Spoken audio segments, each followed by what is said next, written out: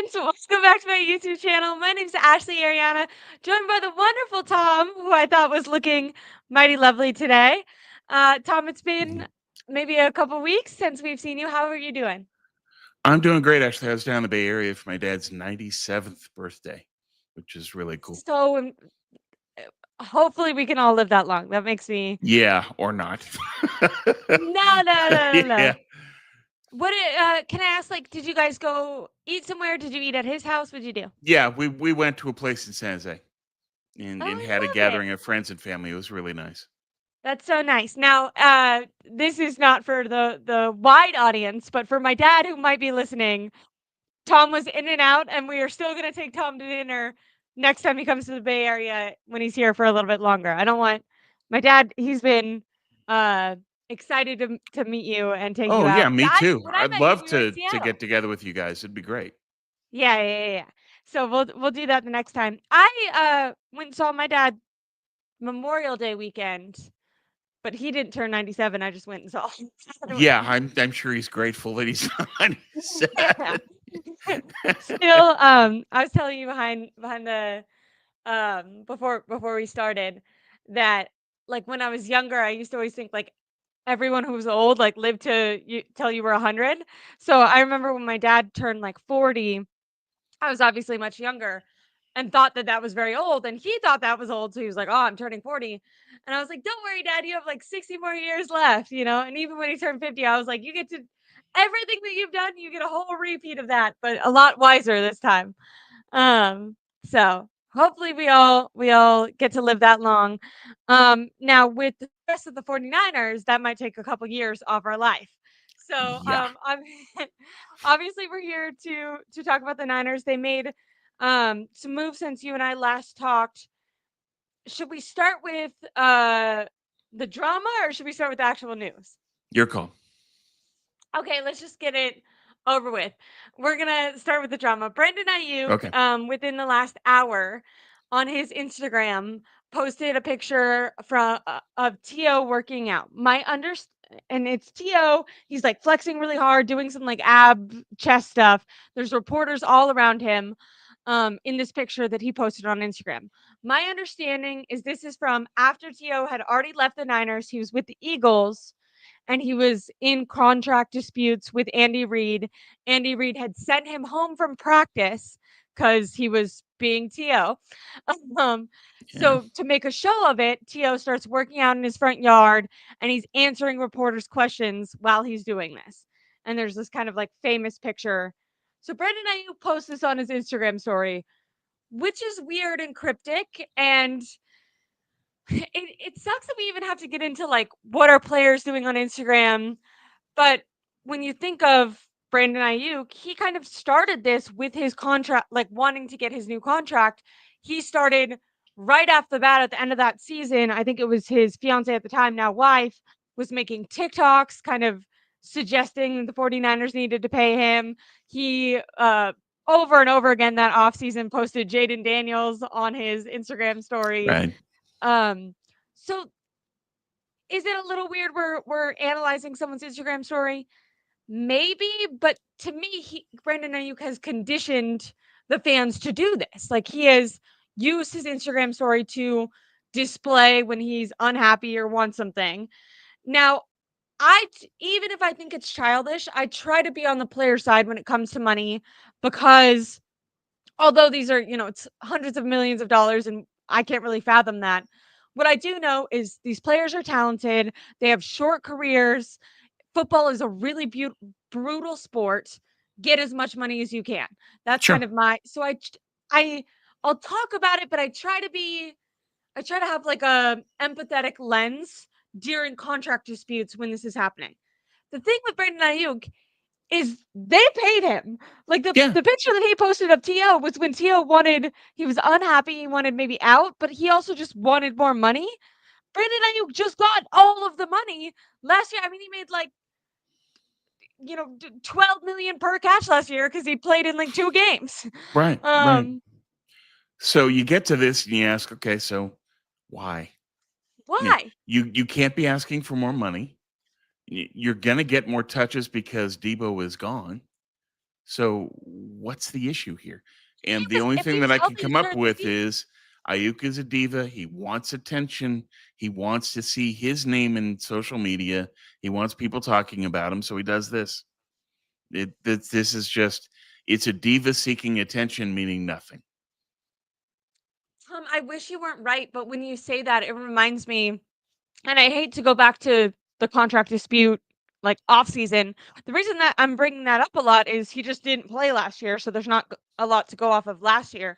But during that contract dispute season, when he was on the Pivot podcast, the Ryan Clark podcast, he talked about the attention he was getting and talked about how when he got paid, he was gonna be sad that that was over. And I Yeah. remember flagging that, being like, "Oh, that's a little weird." Like, I understand if you're trying to rile stuff up to get what you feel like you're worth, but you're gonna be disappointed that you're not creating drama, especially like the 49ers this offseason. I feel like everything they've said, whether I agree with the move or not, all the moves they've made have been to limit offseason drama. And now you have Aiyuk creating it when he's not even out there contributing. And as you said, they need wide receiving. They need help with their pass catchers right now. Aiyuk is injured, so we don't know when he's going to come back. But if he Yeah. was healthy, he'd be their number one option right now. There's no reason he should be throwing a fit, in my opinion. And I keep going back, like that short skate incident where he threw the shorts off in the middle of the field, clearly knowing the media could watch that. That was also after he had gotten paid. It's very weird to me to have all this like disgruntled behavior after your contract. Like the way he's behaving to me, if I'm the 49ers, like if I'm the front office, I'm like, I paid you to avoid this. Like Right. Right. I could have forced you to play it out. I could have franchise tagged you. The only reason I gave you all the bag, like part of it is, yeah, I believe in you, but we believe in a lot of people. Like that we wanted to avoid the drama.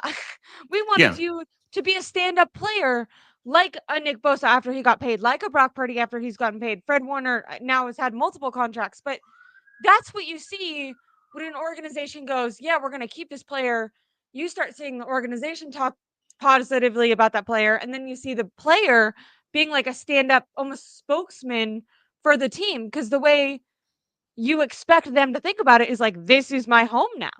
This isn't a rookie deal where I could be leaving. This is my place of stay. And Brendan Ayuk does not treat it like that. It's very weird.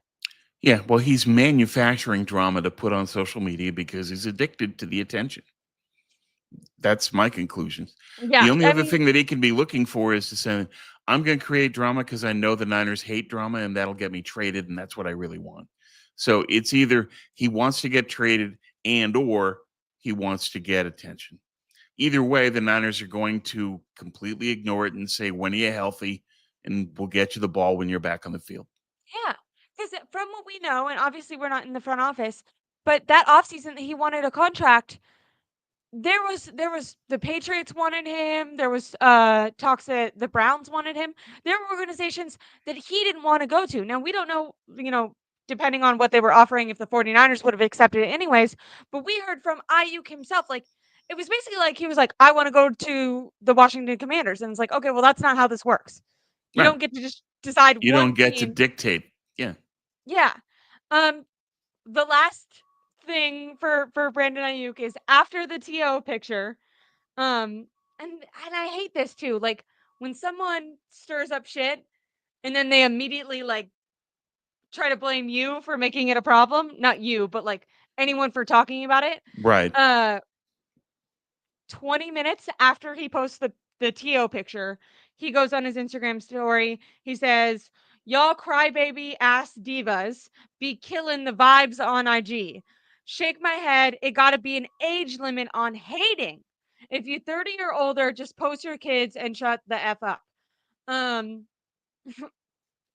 what I would say is Ayuk, like if you don't give if you don't give people anything to talk about, they're not going to talk about anything. And I think you agree from what you're saying. I think he wants to be talked about. So it's like he Exactly. wants the attention, but then I guess if it's not all positive, he wants to be able to complain about it. Well, It's like it's part of the you're playbook. you're setting a house on fire and then going like, why are you mad at me for setting the house on fire? It's like, well, you did Yeah. it. Like, I don't know. Yeah, it's become common practice that you put something out there to draw attention, create drama, and say, "Here I am," and then people respond to it positive, negative, and he says, "That's not what I meant." Yeah, how often does that happen? How often are we pissed and annoyed and just say, "Would you stop?" Yeah, that's what this is. It's just it's a diva being a diva. He either wants to get traded or he just wants attention or both. Either Yeah. way, you're not getting traded and you're going to get the ball when you're healthy. The end. Now go away. It's Now, just, I hate this stuff. It's just, yeah, stop it. what I Grow will up. say, last week, Brandon Ayuk's wide receiving coach went on a podcast and kind of uh poo-pooed Brock Purdy's deal. And I Right. know there was a lot of like Niner headlines going on about that, kind of saying like linking Brandon Ayuk and being like, okay, does Brandon Ayuk feel this way about Brock Purdy or not? That's so much speculation. It's hard for me to say. What I would say is it's very clear that Brandon Ayuk thinks highly of Jaden Daniels. Well, And sure. He you would played with hope, him at Arizona State. So yeah. But you would he's going to also have more hope trust. that as clear as he's made his love for Jaden Daniels, you would hope he would have made it equally as clear that he feels that way about the quarterback he's playing for. Nope. But he's never. I don't want to say like he's never publicly bashed Purdy and what one guy who coaches many more wide receivers, by the way, than just Brandon Ayuk. That is his job. Right. His opinion and like as like a talent evaluator isn't necessarily indicative of what Ayuk feels. So I felt like when he's talking about haters and what you're talking about, I never accused Brandon Ayuk of feeling like that, and I felt good about that because I think there is a bit of a stretch there. Um, Now if I was Brandon Ayuk and I had if I had someone who worked with me and started talking shit about one of my other coworkers, I might, on the side, not publicly, but I might on the side like text that guy and be like, "Hey, like this is why are you putting me What's in this with this? predicament?" Right. Yeah. So that's not necessarily, in my opinion, that doesn't add to the negativity of how I feel about Brendan Ayuk. I just feel like Ayuk has been kind of attention seeking diva like behavior. He's calling other people divas. I would say Ayuk, when Brock Purdy got his extension, once again, going back to like, once you're made a franchise player, which the 49ers paid him more money than they've ever paid a wide receiver. Yeah. Once you're that level, like think about how Kittle speaks about his teammates. Think about how Fred Warner speaks about his teammates. Debo Samuel congratulated Brock Purdy on his deal, and Debo isn't with the 49ers anymore. Lenore, Kittle, everyone who's on the team who frequently uses social media congratulated Ashley. Check your phone. Oh, 1 second. Tom, will you take over? Sure. So with this stuff with Ayuk, it's basically it's a diva doing what he does. And he found that in the contract negotiations, he became the center of attention, and that's what he wants. That's what he's after. In terms of trying to do this to leverage a trade, I don't think the Niners are going to be interested in doing that because they've got too much uncertainty in the wide receiver room. You've gotten rid of Debo, and so it's okay. Juwan Jennings, Grant, who's just talking with Ashley now, is talking about Juwan Jennings being the best player at camp at OTAs. He's ready, but then you've got an injured Ricky Pearsall. You've got a guy that wasn't played much at all in Jake Cowan. You've got the wide receivers that they picked in the draft. They have a lot to sort through in terms of who they're going to target. But clearly, based on them not having a lot of activity at wide receiver, despite speculation of people saying the Niners should go after XYZ. They're not doing that. They're counting on Ayuk. They have no intention of moving him, nor should they. And Brandon can help them. And it's just getting to the point of, okay, let's just start playing games. And I think that that's part of what's going on with Ayuk is that under the surface, I think there's some frustration on his end that he's not 100% healthy yet. and that he's kind of a little bit anxious, and that might be feeding into this as well. So we'll see how it all plays out, but for the most part, it's Ayuk is doing what he's seeking is that his ego needs that attention, and so this um, it's just you have to understand that from the Ayuk's perspective, it's what he wants, it's what he craves. From the Niners' perspective, they would just as soon not see you going out and doing that sort of thing. So we'll see how it goes out, but so be it. Um, Other stuff that went on today, the Niners signed Malik Knowles as a 6'2", 196 receiver. He didn't have any stats in the NFL, though, in his first 2 years in the league. He's mainly a kick returner. He had a 99-yard kickoff return for Kansas State in college. He runs a 4.48 40. So it's the Niners looking at what they can do with return talent, and he'll be in the mix. And so we'll see how that goes with Knowles. There, Ashley's back. Hi, Tom. Can you hear me? Hi, Ashley. Yeah. Um, okay. So So we're done with Ayuk, and I just quickly mentioned that they signed Malik Knowles. they signed who? Who'd you mention? Malik Knowles, he's a wide receiver with Green Bay in Minnesota. Now, Mainly a kick returner. okay, more. Do you think he's more of like a camp buddy? Because Yeah. when you kick returner, what about the Jordan Watkins guy that they got in the later round of this draft? Isn't that what they wanted him for? Yeah, well Punt the guy from Montana is the kick returner that they got at the very end of the draft. So they've got him, and now Knowles is going to be competition within camp as a kick returner. I think that's Okay. what it is that he's not necessarily a camp body per se. He's a potential kick return candidate, and they'll see who comes out on top. Okay, okay. And then did you say Trent Taylor, huge, addition this year to the 49ers. They couldn't kick him, but he's now on, which I feel bad for, but he's on injured reserve, so he's going to be out the entire year. So they just, I I don't guess, see the point of putting him on IR. Just why don't you cut him? did they just want to pay him? I don't understand. Yeah, I don't understand what they're doing with Trent Taylor. It's just, do you really think that Trent Taylor is going to be your kick returner? I don't. Yeah. So, and then they also released offensive lineman. Do you know how to say his name? Petite Nicholas. Frere, Yes, Nicholas Petit Petite Frere. Frere, and he wasn't expected to make the team anyway. He was kind of a camp body as well. Okay, just to fill out the 90 man roster. Yeah, yeah. Um, It's anybody that thought that he was going to be someone that could contribute is overrating what he's done in his career. yeah, that's fair. And then let's get to the big news, which is that the 49ers signed Bryce Huff. Today it was just announced, like up until yesterday, it was announced official pending his physical. He went into the 49ers, passed his physical today. So he's officially on the 49ers. It's for a pick that can then be driven up depending on what he gets, which I think is how do you feel about the Bryce Huff trade?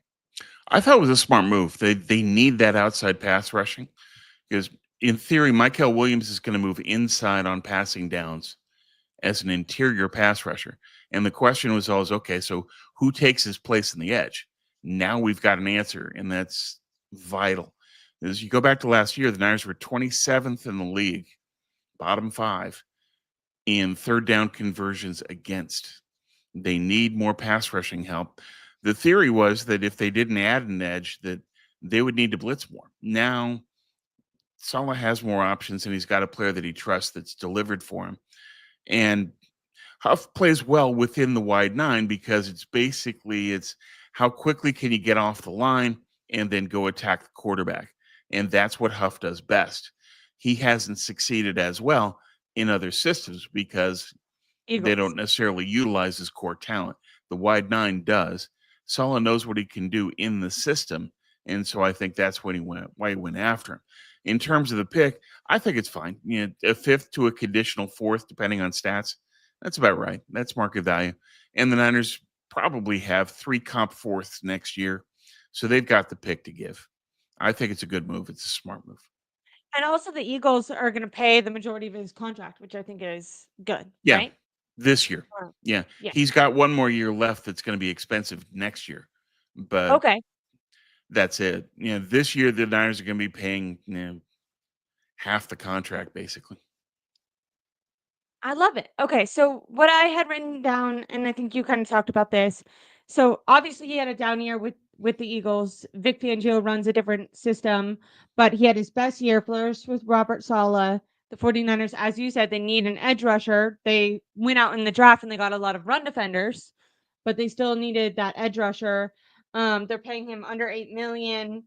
Um, and I also had down Kyle Posey said that he's a perfect scheme fit next to Nick Bosa. With Nick Bosa, he'll Yeah, complement because well. that's exactly what you need for Bosa is a speed rusher that can attract the attention of the offensive line. So that an offensive line would like to just lock in on Bosa and only have to worry about him. But if you've got somebody as quick as Huff, the offensive line has to react to his speed. And so it's sort of the D Ford effect when he was healthy, as short a period as that was. Ford was a speed rusher also, and he had that same effect. And Nick Bosa had a good year as a result.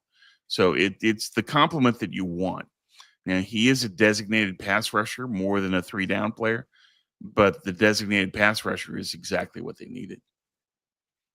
Okay, I love it. And were you expecting them to make a move like this? Especially No, with the took me completely by surprise. I thought that they were going to probably add somebody prior to camp that they could evaluate as a speed rusher that would be a designated pass rusher. But making this move when they did tells you how important they think it is, which is a good thing. I have a question, semi for me, but semi for the audience. Bryce Huff, excellent fit in the wide nine.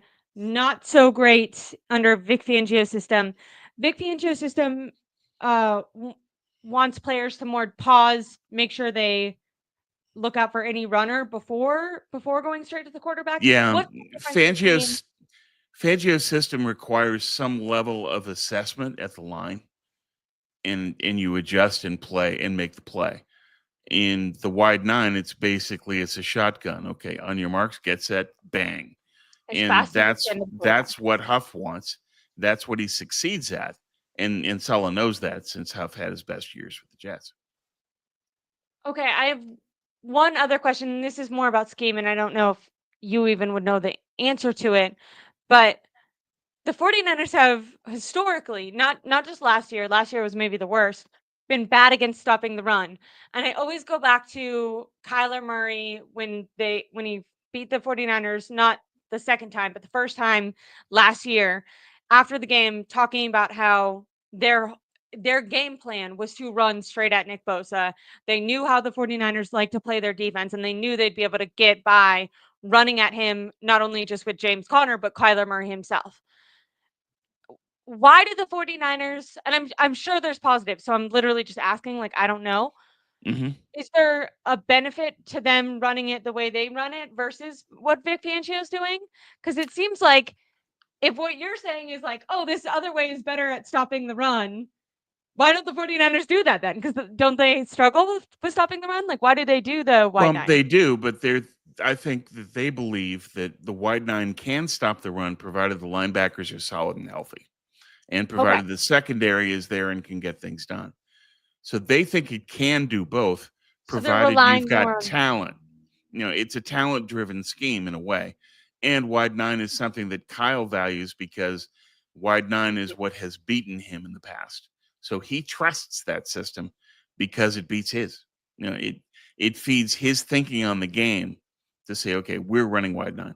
I don't think that Salah is only going to run wide nine, though. I think that he's going to mix it up more. But you still need a designated pass rusher regardless. You still need speed outside, and Huff's going to help with that. In terms of dealing with quarterbacks that run, part of the reason they got Michael Williams is he's probably the best in the draft at setting the edge as a run stopper. So that's what they're hoping, is that they can at least deal with that side of the field with Michael in stopping the running quarterbacks. Teams that want to still run at Bosa, that's still going to be a problem. But it's up to the Niners to identify who are their best linebackers that can play behind him and make sure that that's not a winning tactic for the opposition. Are you assuming that it'll be D Winner, like Fred Warner and then D Winners on the other side? Yeah. What we're seeing in the league is there's usually a 3-year arc to where you really get to know the position well enough to dominate and be somebody that can impose their will physically on the field. And I think that Okay. Winners is now ready to take that final step.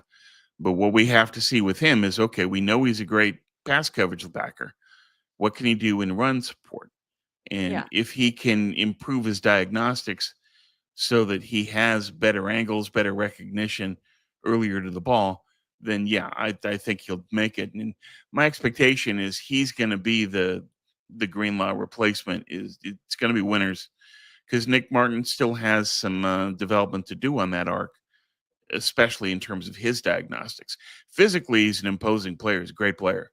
Incredible, incredible stats that he had from the combine, of a combination of speed, length, violence. He's short, but he brings it. And so that's a linebacker that you want. But my question is, what's his development going to be in diagnostics? That's probably going to mean that Martin is going to be in the green level. Okay. I like it. I'm going back to the scheme fit. Or I'm You sorry, would that D Winters is going to be in the green level. yes.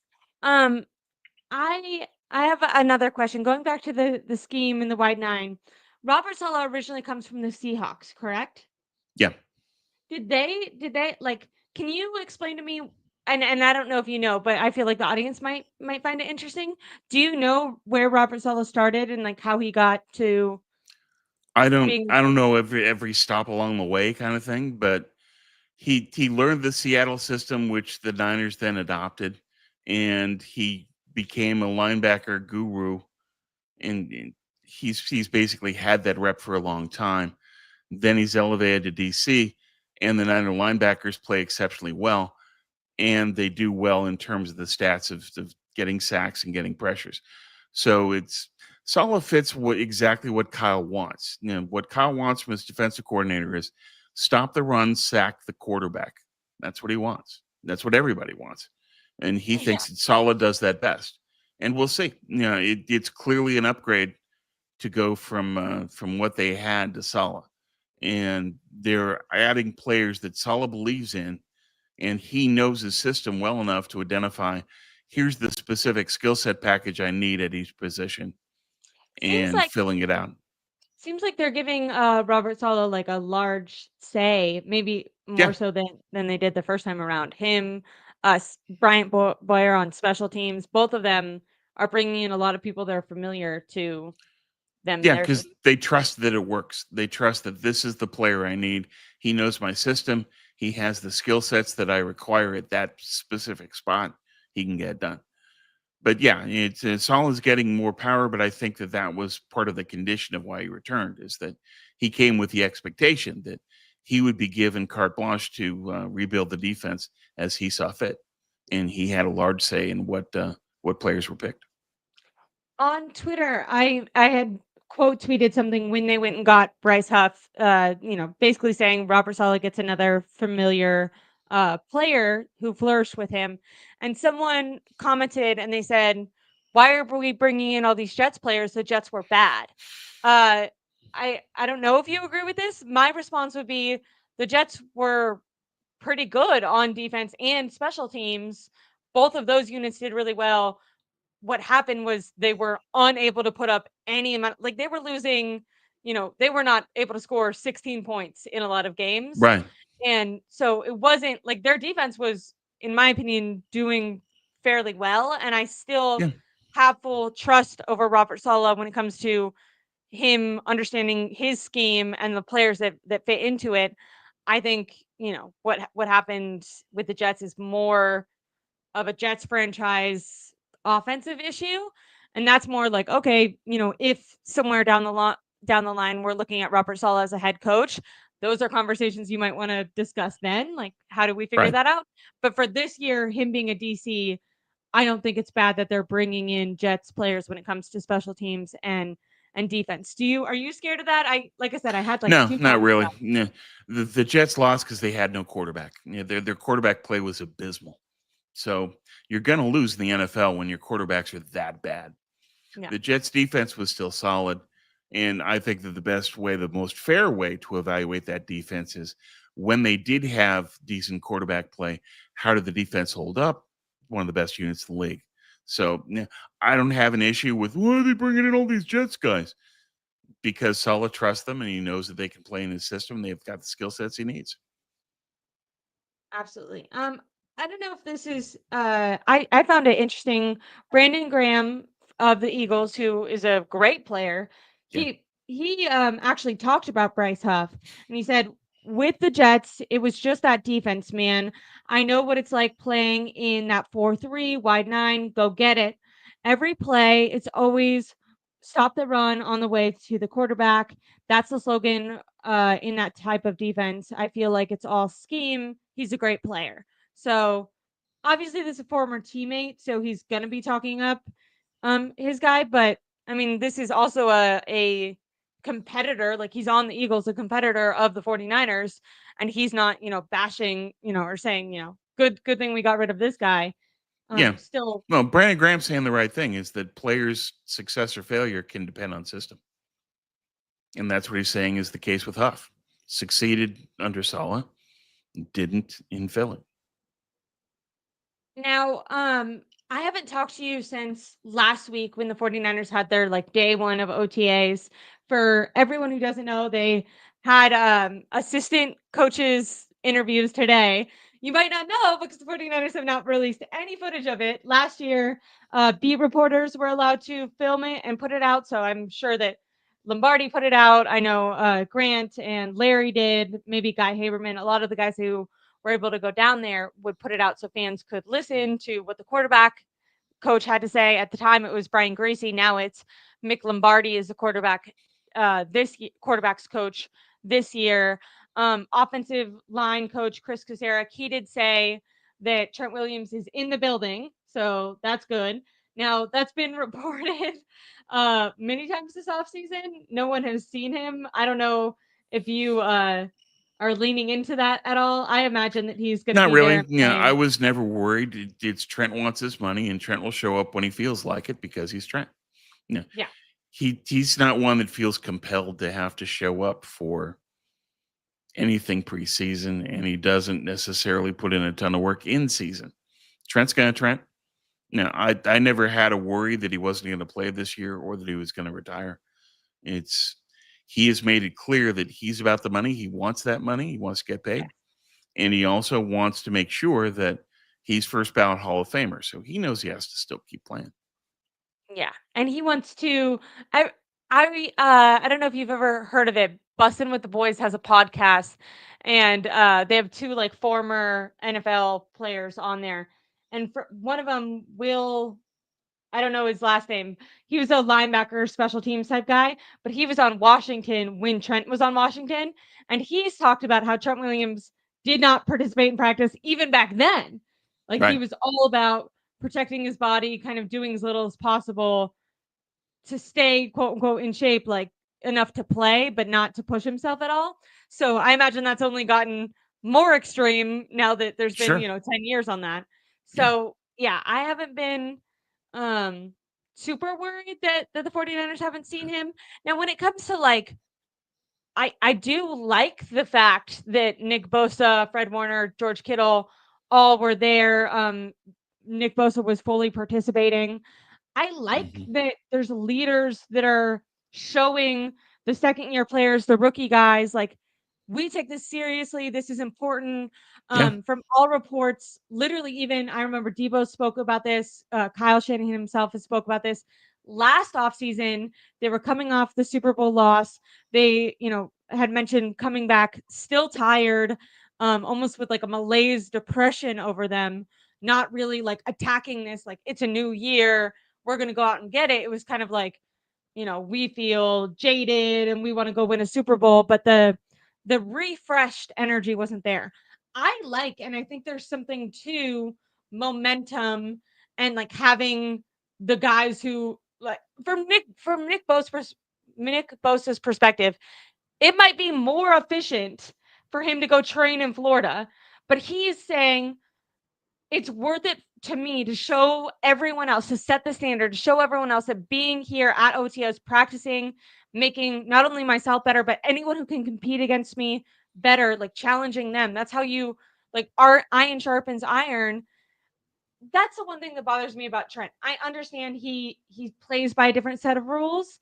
And he's gonna be a Hall of Famer, and maybe some of that is justified. But just when I think of like how is Nick Bosa supposed to be better if his best competitor doesn't actually participate against him? So Yeah, just when yeah. Well, I but get a little that's everybody knows. I would think that that's Trent. okay. You can't look It's at Trent and frustrating. say he's not a leader by example or by word. He's a leader by what he does on the field on game day. Yeah, everything else, be it practices or camp or OTAs, that's all optional stuff for Trent. And so just you're going to get leadership from others. And to their credit, as you pointed out, great leadership function from Bosa, Kittle, CMC, Fred. All of them are there and saying, this is how it gets done. This is the Niner way. And that's a great thing. It sets culture, which is something they need. And they're coming in with a refreshed attitude. You're right that they had a malaise, a layover from a Super Bowl loss. And that's common in the NFL. You lose the Super Bowl, you come into the next year and you're still kind of knocked out because you played a lot of games, you haven't had enough rest, and you're still thinking about we lost. It's tough to come in with a refreshed attitude after all that. So this year to come in and say, okay, we're ready to go now, and here's all these veterans leading as they should. That's a great thing for the Niners. It builds confidence, builds momentum, and it builds culture. I agree, and I think you and I talked a lot about the leadership on the team the last couple of years, and maybe they're feeling like there was like a separation within the core group of guys, and how that is detrimental to the overall like unison of the team and everyone being kind of on the same page in the same timeline. Instead it was like these guys that had this jaded feeling, and then these guys that were like struggling to catch up. It just didn't feel as united as it did when they had gotten to the Super Bowl in the past. Yeah, but can you ever get 100% on that sort of thing? True. Would be my question. Eric asked an interesting question. Or he says, I think Trent is very excited, by the way. I love the cap locks. I think Trent's age is what keeps him away. Uh, I think what he's trying to say is because Trent is older, he has to take more rest. What I would say is Fred Warner was at practice but not participating. So I think they're like you can still show leadership by being there in person, and maybe if you're, just doing the training room or whatever, but you're still out there standing, supporting, saying, "Hey, it's important that I show up." And I go to meetings and I look at this piece of paper and I show everyone else who's looking and saying, "What does Trent Williams, Hall of Famer, do? I should model my, work ethic after him." To me, it's setting a good example, and you can do things that are still protecting your body. Yeah, I don't you want to get can. anyone wrong. I'm But not saying Trent Williams should be taking every snap at 37, oh no, no, he should be load managing, to borrow from the NBA. Yeah, it's what he should be doing. It's smart. But Yeah. your point is, independent of all that, you can still have leadership. You can still be there to set culture. You can still be there to say, this is how we do it. I'm a Hall of Famer, and here's why. Yeah. Yeah, that's still valuable, but it isn't Trent. That's never who he's been. Um, this was it's such a throwback that I wouldn't be able to like. I honestly think it was on the like 49ers talk with Matt Mayoko, but it was like 4 maybe 3 years ago, before it was Matt Mayoko and Jennifer Lee Chan. It was this girl Laura. But anyways, I'm just trying to credit. Nick Bosa did an interview, and he talked about how Joe Staley would coach him up a lot when like they had like a year of overlap, I guess. and he really talked about Joe Staley from a mental leadership way, saying like, "This is when Yeah. I go to bed. This is when I wake up." And I mean, Nick Bosa comes from a family of this, so I'm sure he has a lot of his own things. But whatever Joe Staley did being there mentally for him made so much of a difference that Nick mentioned it when he talked about his rookie year. So those were things like Joe Staley doesn't even play the same position of him. So it wasn't like he was like modeling him physically. It wasn't that Joe Staley was necessarily out there, but it was having someone who Nick Bosa thought was very successful, had been in the NFL for a long time, and there must be something that he's doing, some knowledge that he could you know, part on Nick Bosa, and he credited him for having that. So that's kind of what I'm Yeah. saying But about Trent. that's part of the mindset of Joe Staley, and now he's coaching and helping develop players off season. So that's who he was. And in Yeah, it's Trent's it's case, Trent that's not who himself. he is. Trent Yeah, isn't a teacher. Trent isn't a leader. Trent is, I'm out here to do my job on game day, bang. And when yeah, I do that, I'm among the very best that's played on this team in the last 20 years. And so Trent thinks that that's sufficient, that's enough. And that's okay. You know, it's what the Niners need most is be a Hall of Famer at left tackle when the games are on. Trent will do that. The problem is that even with the load management, he's still missing 4 games a year at least. yeah, And without Trent, they're a bad team. So I don't blame him for the load management. I hope that he can play more games this year, and we'll see. yeah. Definitely. I know there was a video of him in Houston doing some like lunges on a Bosu ball. I guess trying to show. Yeah. To me, the only reason you're doing that, I guess, to work on core stability. But there's, in my opinion, more safe ways to do that. I think the only reason you do that is you're trying to show like, look at how stable my ankle is. What I would say is less showing off on for everyone. Trent, Brandon Aiyuk, anyone, less showing off on social media and more making sure you're actually just putting in the work, and it shows up on the field. You don't need to Yeah. do some dangerous ankle exercise to show me that your ankle is good. Just show up and play the games, and I'm going to know your ankle is good. Right, Um, right. That video looked like a photo op. it It did, it right? it It didn't did. really look like anything real. So it's Yeah. just, well, okay, Trent wants to prove that he's in the gym and working. Okay, you've done that. I thought this was a good question since it's been, like I said, a little bit since you and I have talked. I've referenced it. Today, the assistant coaches talk. Tomorrow, the 49ers players will be back on the field, and the reporters will have a little bit more information on how people look going against each other and stuff like that. Obviously, it's not like full padded practice or anything, but compare, size and speed and stuff. But they did see one workout last week. During that workout, we found out that Ricky Pearsall, which is very upsetting because obviously he's a first round pick, so that's important. And also, this is, he's going into his sophomore season. Um, Last year, I don't know if people remember before getting shot, because like that kind of very, understandably took over the entire story for his rookie year. But before he got shot, he missed OTAs with a shoulder injury and then missed camp with a hamstring injury. Ricky Pearsall is not expected to participate in any OTAs. Supposed to be back Yeah. later on this offseason, but they're gonna far take their time with it. Kyle Shanahan said there's gonna be no, rushing him back, which is smart, but still disappointing just from Yeah, a you wanna have to see be out there more. to get better way. Ricky Yeah. has another hamstring injury, and it's sad. It started to look like he's damaged goods and that his availability is always gonna be a question, and Yeah, that's a problem, especially when you're talking about a guy who was drafted at 24. Yeah, he should be past all these issues by now. He's not, and so that tells you that it's probably gonna continue, but they need him. They need his speed, they need his skill set, and clearly they were going to count on him, and he's shown the ability when healthy to fill that role and play well. So, you know, OTAs isn't essential. Camp is, and we'll see what he does in camp. But I still think that in terms of how's the offense going to go, I think the question is really going to be CMC. It's more about, does Christian have the necessary health and speed to be who he was in 23. And according to Grant's reports from camp, Christian doesn't have his fifth gear anymore. That's a problem. Yeah. And so, what are they going to do? And how are they going to deal with it? Because for McCaffrey, this is another contract year situation for him.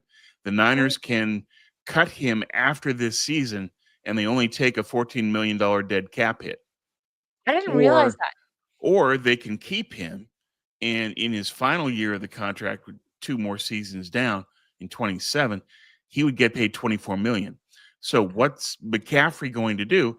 He's going to try to, as he did in 23, get every stat he can to make the case that Yeah. I need to stay on vital.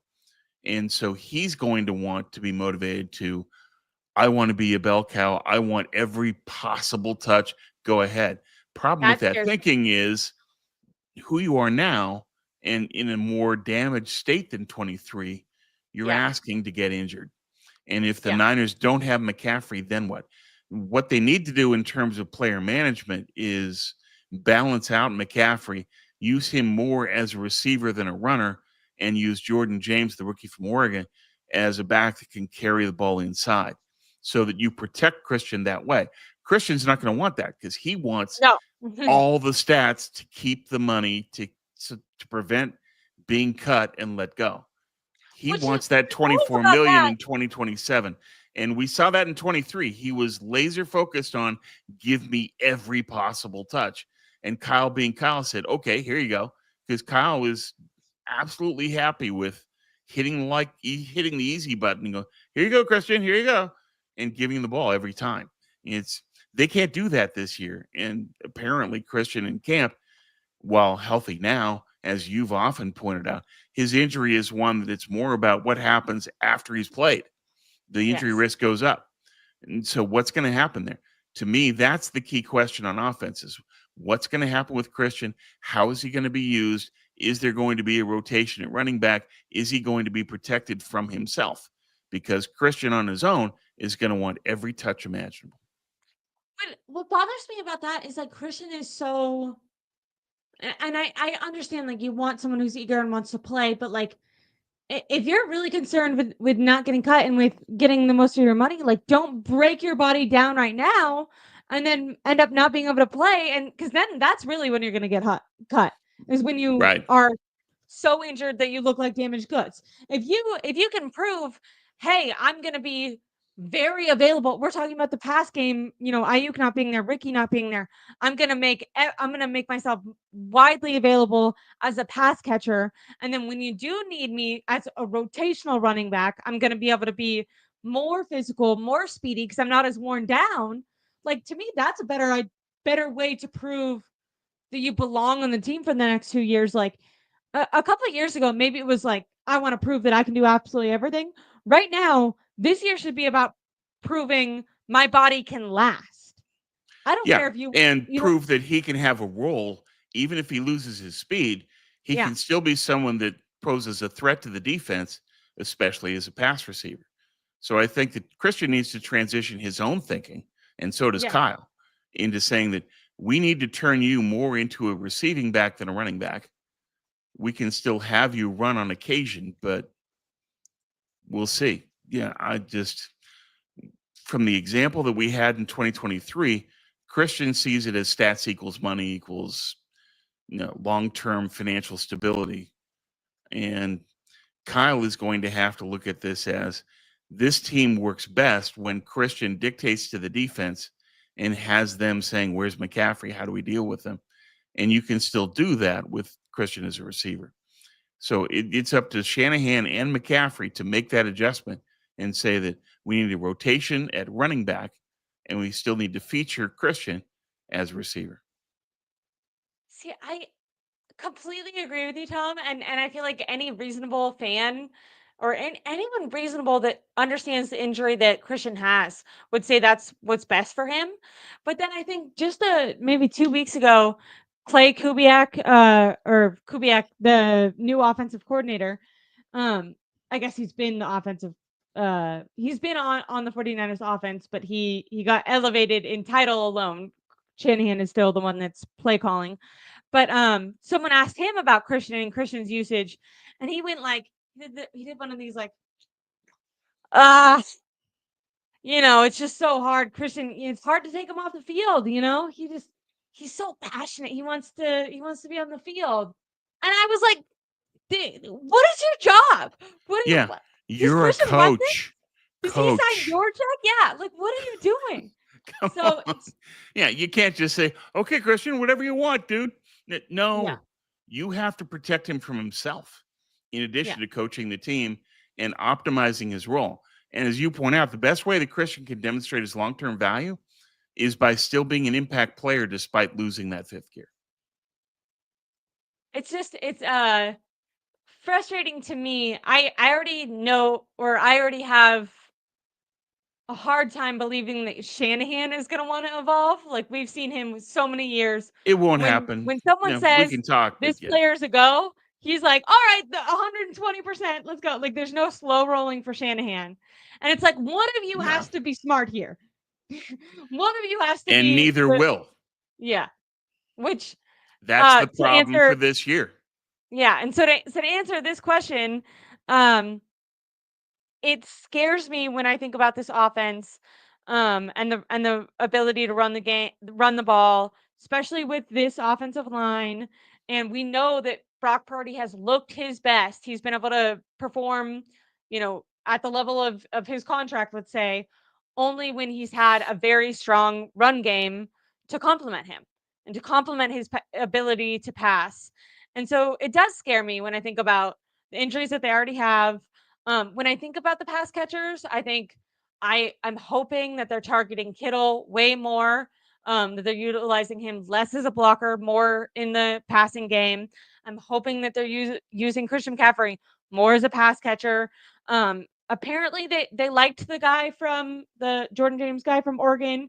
We know during the draft process they went to Oregon's pro day. John Yeah. Lynch went on Chris Sims' podcast and talked about the Oregon coach and the way he coaches the team. So there's been multiple times that they've been kind of asked open-ended questions about the people they've drafted, and they've honed in on how much they love Oregon's system. So that makes me feel like they probably feel pretty strongly about this running back. Now, I do know that Cam Scattyboo went on a podcast and suggested that he thought that Kyle had kind of given him the nod and that they were going to draft him. I'm hoping that that's not true, because we know when Kyle ends up being forced to kind of take someone who's not his number one guy, it doesn't matter how good that guy is, he doesn't get on the field. So I am hoping that they are fully behind Jordan James and that he can be more of a bell cow. I don't have faith that, if Christian McCaffrey gets hurt, that Isaac Rando and Patrick Taylor can carry the load, because we saw that happen last year and they couldn't. No, So I'm no. I'm worried about the run game. I know it seems like the pass game might be more of the issue because Brendan Aiyuk and Ricky, but we have such versatile players that I feel like the pass game will work itself out. Where I am more concerned is the run game as the season goes on. When Tom and I talked about the schedule, there's also kind of a back-to-back stretch where they're on the road, they're playing at the Giants stadium. So I'm a little bit nervous as the season goes on. How does Christian McCaffrey hold up? And if he's not out there, does it Then what? crumble the way it has? You know? Yeah. And Jordan James can be a bell cow. I don't think that that's what's going to happen, though, unless it's forced upon them by injury. And as Eric points out, James didn't fumble. Kyle loves that. The reason Jordan Mason didn't play was because of fumbling in pass pro. Jordan James doesn't fumble and he's okay in pass pro. So I think that the reasons that Kyle would not play James do not exist. He doesn't fumble. He does what he's called upon to do. He's from a system that's similar. He knows what's required of him, and he's a Bobby Turner one cut back, where it's just he sees the opening, he takes it, and he goes. He's not somebody that's going to dance around. He just hits the hole running, and he keeps his feet moving, and he can get a lot in terms of yards after contact, which is something the Niners value. So we'll see what Jordan James can do and what kind of opportunity he's going to get. My fear is that Christian can have a problem probably by like halfway through the year, like week 9, week 10 are the games that really worry me because those are high travel, bad fields in terms of New York. And that can be a problem that could take him down. So it's, can the Niners get through this season where Christian is healthy to contribute in the games they have to have late and in the playoffs if they make it. So we'll see.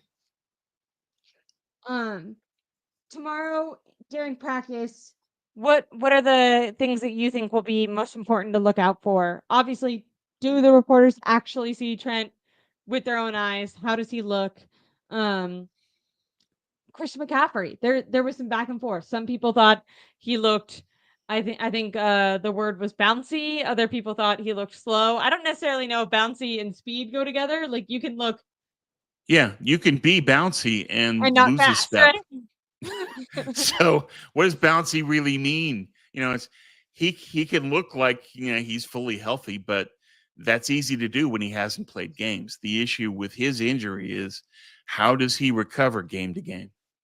That's going to be the question mark. So, and I trust Grant's eye. He's been watching this team play for 15 years. He knows what he's looking at. He knows that he's Yeah. seeing a slower back.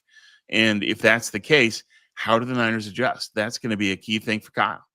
Is, if you have to then convert Christian into more of a receiving back, okay, what does that look like?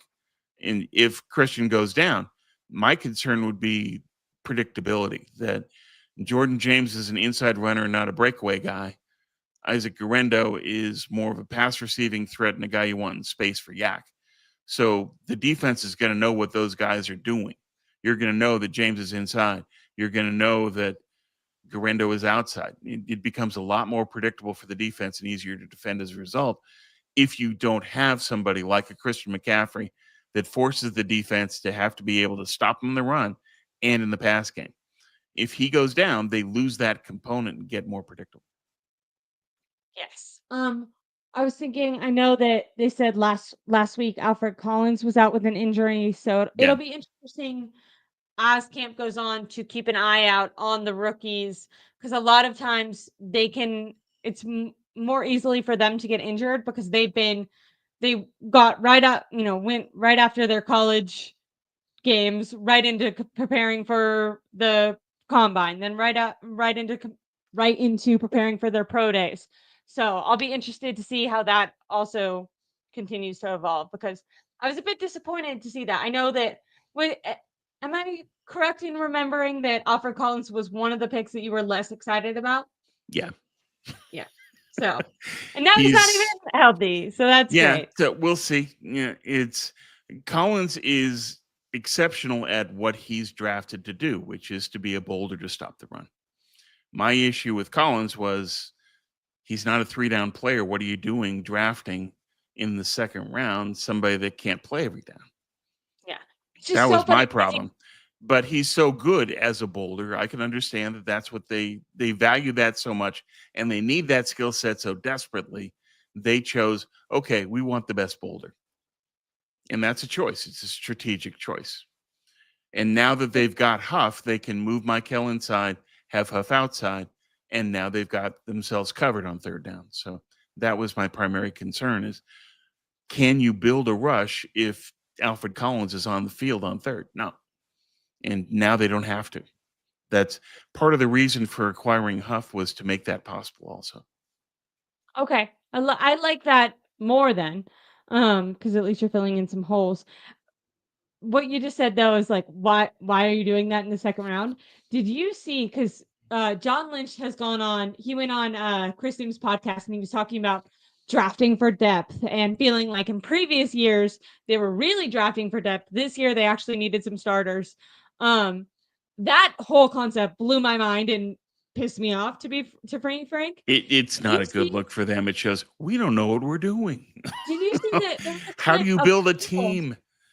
There was a clip of the Eagles, Howie Roseman, and they were like in the fifth round or something and saying like we need to get a starter here, and it's just like what is the mindset of just being like nope, we don't need, we're all good. Like what do you mean, like you're taking someone who is going to be a special teamer in any round? Like that should not be the goal, and if they end up No, being that, that's fine. Like you're going to miss on some guys, so that needs to be like a part of your calculation, but you don't go into the draft already with the idea that this guy isn't going to be a starter on your team. That's crazy to me. Yeah, well, it's not how you build a team, and Howie Roseman is one of the two best GMs in the league for a reason. The Niners with Kyle and John are in the bottom five for a reason in Yeah. terms of specifically with GM and their choices, especially in the first three rounds. And part of it is that mindset is that you have to say, no, we need to constantly get talent. We need to get the best talent that's available on the board. And it doesn't matter if, well, he doesn't have a slot in the team, so we're just going to draft for depth. No. When Bill Walsh made his worst decisions, they were based on that kind of a mindset. We're going to draft Dexter Carter because we don't need anything except a kick returner. It's never fall into that trap. You always need more. Always. And that's the way that Howie Roseman approaches it, is that there's still guys out there that can help us. And 2-3 years down the line, we're going to need this guy. We believe in him. Let's take him. As opposed to the Niners saying, well, we don't need that player to start. Therefore, we're just going to kind of blow this off. No, you have to view this as constantly refreshing your talent level, constantly, every draft. And that's how the best do it. That's how Howie Roseman does it. That's how Detroit does it. That's how the Rams do it. Some of the best teams, Baltimore, will always approach this from a talent perspective of you have to constantly feed the soil. Yeah. And And that the you're Niners don't necessarily do that. yeah, and it's all about like it's also like adding competition. Like, okay, you think you have a That too. guaranteed starter there, then you should have no problem drafting someone who you think could potentially start because that's how you're going to get the best out of those two players. Like, it just makes no sense to me. Yeah, Um, it can't be defended. It's a dumb mindset. And but it explains why their drafts in 22 and 23 were so bad, is that they took the perspective of we don't need anybody, we're just going to draft for depth. And that's how you end up doing things like Jake Moody and yeah. Cam Latu. It's just think. Yeah. I'm also interested tomorrow if there's any it'll be interesting as the off season goes on what's going on with Jake Brendel. Is he competing with, when we're talking about competing, was it Matt Hennessy? I think was the other guy who could be in competition there. Yeah. Um Yeah. They but added Hennessy overall, late last year. Yeah. Well, just to give some background on Hennessy, they added him late last year. There was he was someone that they were interested in drafting in the third round in 2020. They believed in his talent.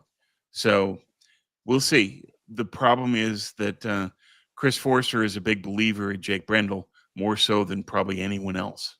The fans, the media, whoever. PFF says Brendel is the worst starting center in the league. Chris Forster won't agree with you on that, but Brendel knows what Forster wants and needs, and he meets that. And that's going to make it harder for Hennessy to then displace him and get the job. But physically, I would expect that Hennessy is the better talent. Okay. So the center will be interesting. And then obviously with Aaron Banks leaving, is that left guard? Ben Barch, I think, is the guy who's slated to go in there, but there might Yeah. be Spencer Burford And Spencer could fit in. Burford, right. Got it. So they'll So, be competing. yeah, Barch, the issue with him is health. He only played for like a game and a half. He looked good when he played, but he couldn't stay healthy. That's not, yeah. Spencer Burford Availability is availability. Yeah. And Spencer Burford's getting paid more, and this is his contract season. He's free agent. So they're probably going to lean towards Spencer unless Barch can prove his health and say, here I am, I'm ready, and I'll hold up. Yeah. But they think they're good. They've got two players they believe in that can play at left guard. I'm nervous about the offensive line, but I am interested to see how it shakes out. I didn't realize the Spencer Burford going into contract year thing. I wonder if he'll play better. It seems like everyone plays their best contract, during their contract year. Always. Yeah. I wouldn't be opposed to that I don't think the 49ers should keep him, but I wouldn't be opposed to that, extra motivation showing up when the 49ers need some help on that offensive line. Take advantage of him playing harder and better in the contract year and seeing how that helps you this year. But then don't. But then let him go. Be fooled by that though. Yeah, and they don't. Okay, thank you so much. Goodbye. Yeah, they haven't kept anybody. I Yeah. think there's a possibility that they could keep McKivitz just because it'd be cheap. No one else But wants. that's still relative, is that Hey. even though it's Colton McKivitz and we don't think much of him, Yeah. the free agent market, the league is so thirsty for offensive linemen that have his level of experience, he'll still get big money just Yeah. It because shows the league how is so desperate for players. it reminds me. I've been starting to watch baseball a little bit more, and I was like I was watching the Giants, and I guess they have good pitchers, but not very good hitters. Because apparently, this is all news to me. Hitters don't like to sign with the Giants because the stadium is like bigger. Which, by the way, I thought every baseball field was like the same. You know how football Oh field, no, they're all like go to different. a different football stadium and it's like way bigger for some reason. In baseball, apparently that's a thing. Yeah, everything's conditioned. Well, teams can change the distance for a home run. There are teams that will move the field to accommodate. Now, if they've got a guy that can hit deep in left field, then they're going to move the left field fence in. If he can hit strong to right, they'll move the right fence in. So crazy. But in terms of the Giants, it's you've got a field that's on a tight spot, so that right field, and then you've got the water right there, Yeah. and And so apparently sometimes that's a the wind different and the thing. cold Yeah, makes and that hitting harder too, too. but there's still a lot of space in the rest of the stadium. So it's just there's a lot of open field in center and left as opposed to right, just because of the situation of where it's situated, the placement next to the water. Yeah. But the reason I was bringing that up is when we're talking about just like kind of there being an overall desperation within the NFL for any offensive line talent. And like, Yeah. this offseason we had our backup went and got paid major money. When I think of the correlation I was trying to make is um I've been watching more baseball. Apparently, like hitting is so hard that you're like an excellent hitter if you hit it like 28% of the time or something, Oh, sure. which is Yeah. crazy. Like if you think about That's a that great level of like player. failure, Yeah. it's crazy. And I went to I school with don't Tony remember Gwynn, how so I got spoiled by Tony being such a great hitter. who? Tony Gwynn, he's one of the greatest hitters of all time. I went to school with him at San Diego State. Oh, look at you. Hey. Hey. I Yeah. went to Tony was a great UCC. basketball player too. He hit a short shot from midcourt to beat UTEP one game. He was their point It's guard. so great. There's some people that are so talented. It's so crazy to me. Yeah. Like, even if you think about like Kyler Murray, he could have been like he was Anything. Well, drafted for the A's had his rights. Yeah. so crazy. So And like some people anyway. are just like, you're talented. Earlier you were talking about like being bouncy versus fast. And I ran in college for people who don't know, but I was like on like I didn't actually even compete in most of the races. I was a backup on my Yeah. college team, so I still like to bring it up because it's not something to super boast about. It was just for fun.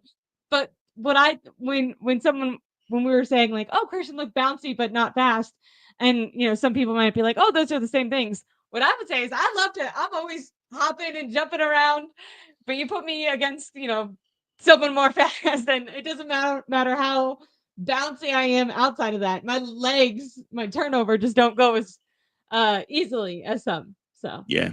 Yeah. that turnover, and it just gets harder as you get older, and then add an injury to that. Yeah.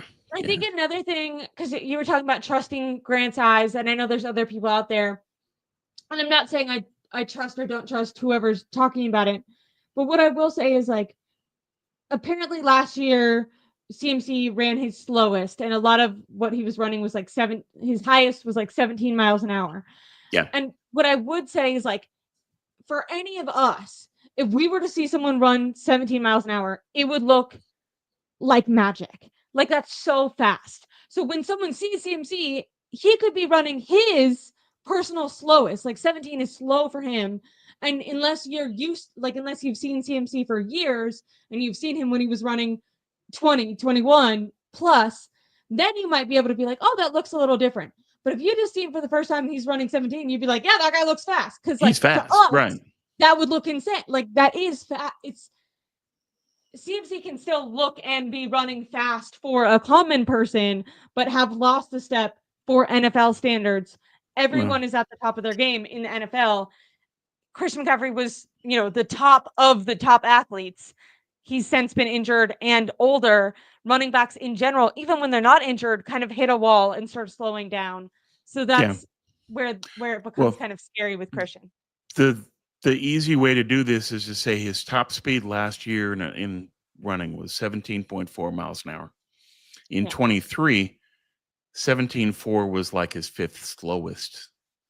So that gives That's a you an big difference. idea of just how much he's dropped. Now, Yeah. you can say last year he was hurt. Okay. This year he says he's healthy. Let's see you go over 17.4. But 23 now seems like a distant memory in terms of his speed. And speed is a critical component of him as a runner. As a receiver, he can still be a great route runner, excellent hands, and we'll find out if Christian can hold up in that regard. But as a runner, his main threat was his speed, and that I have to say was is a problem. Yeah. Yeah, So is it and like was you said, he needs or to is prove it that he can have can he other. go? We don't know. No, we need to see him in a game and see what the game speed is. But if the GPS has him at 17 or below, that's a concern. Yeah. And what I will say, because Eric says game speed is different than practice speed, which is true, and maybe he's Well, consciously but the slowing down. 17.4 is from a game. That's Yeah, so. but it's from a game. And also, what I would say is this is not just like Grant's opinion. Guy Haberman, Larry, that first offseason that Christian McCaffrey had because he was traded for in the middle of the year, they said that he was like balls to the walls train. Like he was not holding back. It did not look different than game speed for him that year. Now, maybe he's consciously taken it, is purposely running a little bit slower because he's Yeah, not we'll trying to. find out. That No, we'll find out those things. But I just To want to say, Eric's like, point in the to Eric's point in the chat, it's let's see what happens in the games. But yeah, to my point, if those games and the GPS says 17.4, that's cause for concern yeah, and he'll have to because prove you that he's compare that. valuable in a Yeah, different way. right. Because you compare that to 23, and that's one of his slower speeds. It would be like 11th or 12th of his games in terms of speed. He would have 11 faster games. Yes, So let's see what he does in the game, and let's see if Grant's eye is correct. I trust it. I know the people that have watched a player and seen him over years, they can get a sense and a feel for when that guy has lost a step. You can see it. If you cover the team on a daily basis, you can see that sort of thing. definitely. Tom, it was so fun to stream with This was you. great, 49ers Ashley. will meet again tomorrow. So anyone watching, please like and subscribe. I'll give you any updates if there's any additional injuries, people back, people there, people not there. I'll make sure to bring any breaking, news from tomorrow's meeting. And then please make sure to follow Tom on Twitter. It's NinerCast. I was this right after OTAs. 4 days ago, he had an article talking about some of the first assessments. So I don't know if there's going to be On another one. offense, yeah, I'm going to have a defense article that'll be out tomorrow. Love it. Um, Perfect. that'll include, what does this mean in terms of Bryce Huff, and I'll put up my key point. Uh, they need a safety badly. If there's something they need to do in free agency, it's Julian Blackman or Justin Simmons. What they have right now at safety is not going to get it done. And The with cap reason that space, I picked Seattle in the opener, no safety. They yeah. need to sign one of those guys. They really do. It's the biggest hole in the team. Do you think they will? They have like a ton No. of cap space. No. I love that Tom is like, here's a solution. And I'm like, will they do it? And he's like, no, that's not happening. Oh, It's me, okay. Ashley. I'm Okay. just So there's Debbie a way to Downer make us feel strikes. better I'm if I'm you don't so think they will. negative. Great. Yeah. um, but please make sure to follow NinerCast, like I said, on Twitter. Articles from SI coming. And then keep it liked and subscribed. Keep it. I was gonna say locked and loaded, but that didn't seem authentic for me.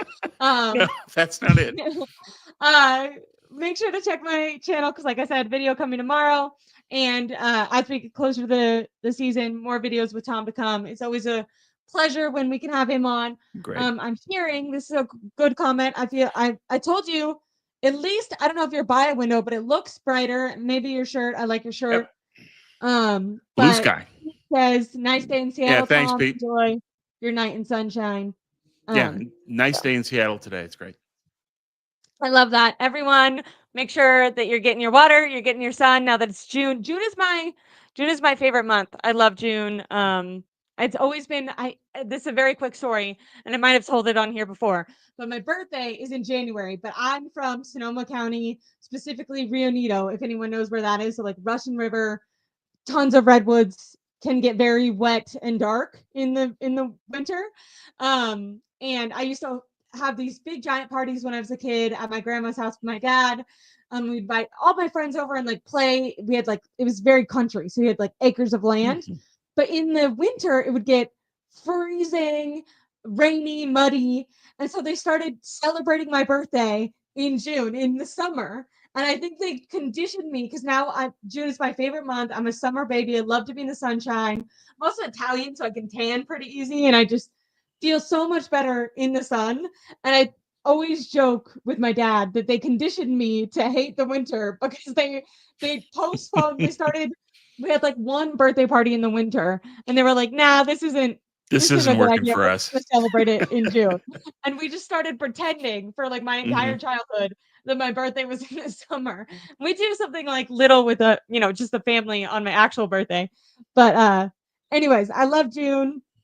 Please make sure that you guys have a good month. I didn't make like a solo video for it, but if you know a veteran, know anyone that went out, I know Memorial Day just passed last week, so make sure to send your condolences, your love, your respect to all our veterans, and I'm just feeling very grateful. I think I always try to feel Absolutely. grateful, but when the sun is out, it comes a little more naturally.